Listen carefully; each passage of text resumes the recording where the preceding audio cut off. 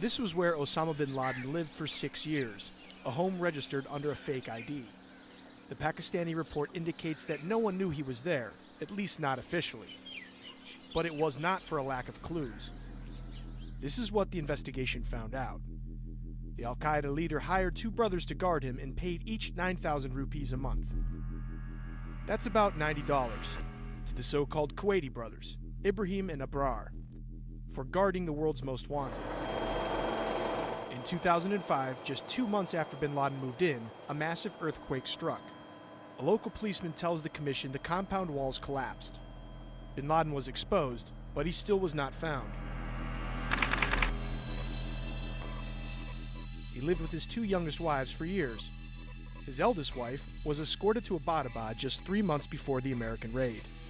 Before that, the document confirms Khairiyah stayed in the Iranian capital Tehran for nearly 8 years, 2002 to 2010. The report also contains evidence of previously unknown preparations made for the raid by the CIA. Nearby poplar trees were cut down. The Army's top lawyer suspects it was to facilitate the approach of the U.S. helicopters. A man called Saeed Iqbal went on a nearby roof and took photographs.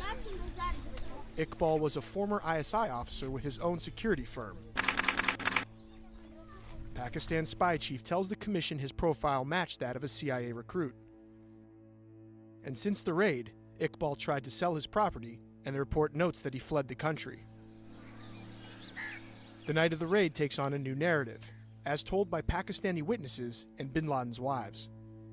First, 4 to 5 vehicles are seen leaving the U.S. Embassy towards Abbottabad.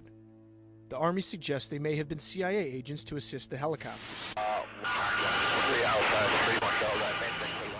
U.S. choppers take off from Jalalabad Air Base in Afghanistan after 2,300 hours.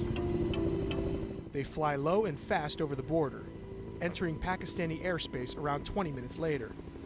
Pakistani radars do not detect them. The report says they are at rest, or as the Air Force prefers, peacetime deployment. At about 30 minutes after midnight, 2 Black Hawks arrive at the compound. The sound of the helicopter wakes bin Laden and his youngest wife, Amal. She tells investigators bin Laden said the American helicopters had arrived. She went to turn on the light, but the sheikh says no. It's no use anyways. The electricity cuts out across the area. At the same time, one of the American choppers crashes nearby. Locals hear it. Amal sees an American soldier on the landing. She rushes him. But he screamed, "No, no," and shot her in the knee. In the report, the eldest wife says one of the soldiers seemed as frightened as her. He looked as if he'd seen a witch. At 1:06 a.m., U.S. forces blow up the downed helicopter and leave. The document details how the Air Force only learns of the raid on television. At 2:07 a.m., the Army chief orders jets to shoot down the intruding helicopters. It takes them up to 16 minutes to reach the area. And it's too late anyway. The Americans have already gone, taking bin Laden's body with them.